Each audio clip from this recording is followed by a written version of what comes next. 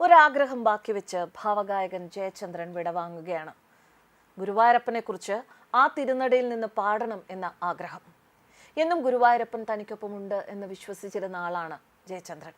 ഓരോ തുടക്കവും ഗുരുവായൂരപ്പന്റെ ഗാനങ്ങളിലൂടെ ആകണമെന്നാണ് ആഗ്രഹം എന്ന് പറഞ്ഞ അദ്ദേഹം അസുഖത്തിന്റെ ഒരു ചെറിയ ഇടവേളയ്ക്ക് ശേഷം പാടിയതുപോലും ഗുരുവായൂരപ്പന്റെ ഗാനങ്ങളായിരുന്നു.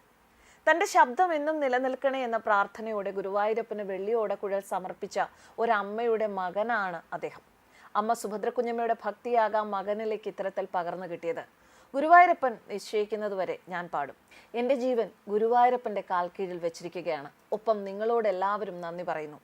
അടുത്തിടെ ആ ഒരു ഇടവേളയ്ക്ക് ശേഷം വീണ്ടും പാടി തുടങ്ങിയപ്പോൾ ജയചന്ദ്രൻ പറഞ്ഞത് ഇങ്ങനെയാണ്.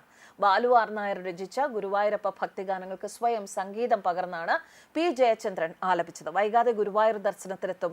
ഭഗവാനെക്കുറിച്ച് ആ തിരുനടയിൽ നിന്ന് പാടണം എന്ന ആഗ്രഹമാണ് അന്ന് ജയചന്ദ്രൻ പറഞ്ഞത്. ആ ആഗ്രഹം ബാക്കി വെച്ച് അദ്ദേഹം മടങ്ങുകയാണ്.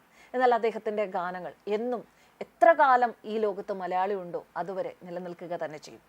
പ്രായം നമ്മിൽ മോഹം നൽകി, മോഹം കണ്ണിൽ പ്രേമം നൽകി എന്ന പാട്ടിലൂടെ യുവ മനസ്സുകളെ അദ്ദേഹം കീഴടക്കുമ്പോൾ അദ്ദേഹത്തിന് 55 വയസ്സാണ് പ്രായം.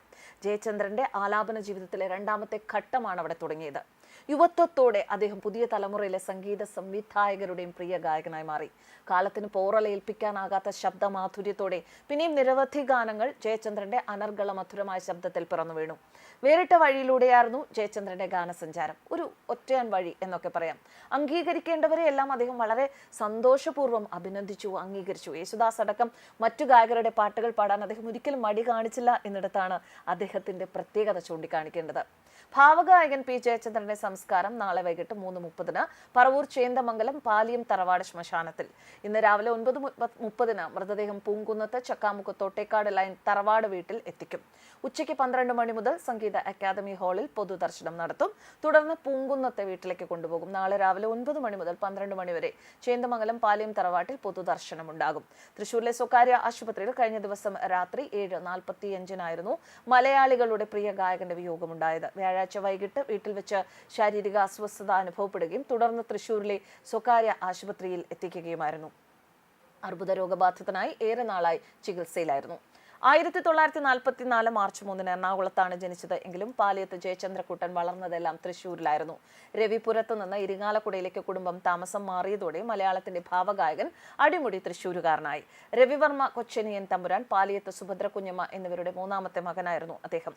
യുവജനോത്സവ വേദികളിൽ നിറസാന്നിധ്യമായിരുന്ന പി ജയചന്ദ്രന് കഥകളി, മൃദംഗം, ചാക്യാർ കൂത്ത് തുടങ്ങിയവയിലും താല്പര്യമുണ്ടായിരുന്നു. ഇരിങ്ങാലക്കുട ക്രൈസ്റ്റ് കോളേജിൽ സുവോളജിയിൽ ബിരുദം നേടിയതിനു ശേഷം ചെന്നൈയിലേക്ക് പോയ അദ്ദേഹം തന്റെ കരിയർ പടുത്തുയർത്തിയതും അവിടെ തന്നെ. 1973 വിവാഹം. തൃശൂർ സ്വദേശിയായ ലളിതയെ ജീവിത സഖിയാക്കി. മഞ്ഞലയിൽ മുങ്ങിത്തോർത്തി എന്ന ഗാനമായിരുന്നു ജയചന്ദ്രന് കരിയർ ബ്രേക്ക് നൽകിയത്. അവിടെ നിന്ന് മികച്ച പിന്നണി ഗായകനിലേക്കുള്ള അദ്ദേഹത്തിന്റെ യാത്ര വളരെ പെട്ടെന്നായിരുന്നു.